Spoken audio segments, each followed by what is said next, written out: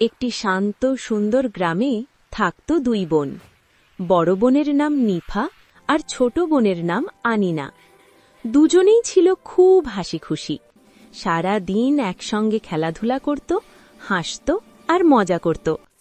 একদিন তাদের মা নিফাকে ডেকে বললেন, নিফা, তুমি প্রতিদিন তোমার ছোট বোনকে এমন কিছু শেখাবে যেটা দেখে আমি খুশি হব।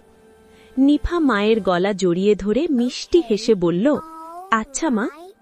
কথা দেওয়ার পর নিফা একটু চিন্তায় পড়ে গেল। সে ভাবতে লাগল, আমি আনিনাকে কি শেখাব যেটা দেখে মা সত্যিই খুশি হবেন। হঠাৎ করেই তার মনে একটি সুন্দর চিন্তা এলো। সে ভাবল, আমি আনিনাকে প্রতিদিনের একটি করে দোয়া শেখাব। পরদিন নিফা তার ছোট বোন আনিনার হাত ধরে গ্রামের পুকুর পাড়ে গেল। খেলার ফাঁকে ফাঁকে আদর করে নিফা আনিনাকে বলল, আনিনা, বাথরুমে ঢোকার আগে আমরা এই দোয়াটা পড়ি। বাথরুমে ঢোকার দোয়া। আল্লাহুম্মা ইন্নী আউযু বিকা মিনাল খুবুসি ওয়াল খাবাইস। উচ্চারণ, আল্লাহুম্মা ইন্নী আউযু বিকা মিনাল খুবুসি ওয়াল খাবাইস। অর্থ, হে আল্লাহ, আমি আপনার কাছে আশ্রয় চাই সমস্ত অপবিত্র পুরুষ ও স্ত্রী শয়তান থেকে। আনিনা মন দিয়ে শুনে মিষ্টি কণ্ঠে দোয়াটা বারবার পড়তে লাগল। নিফা খুশিতে হাসল আর তাকে আদর করে মাথায় হাত বুলিয়ে দিল।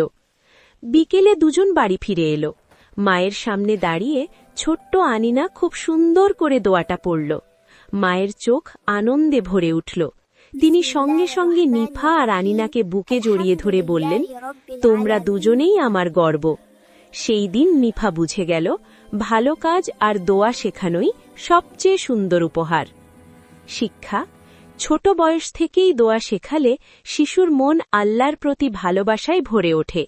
যদি তোমরা তোমার মাকে ভালোবাসো, তবে ভিডিওটা একটি লাইক করো আর সাবস্ক্রাইব করো।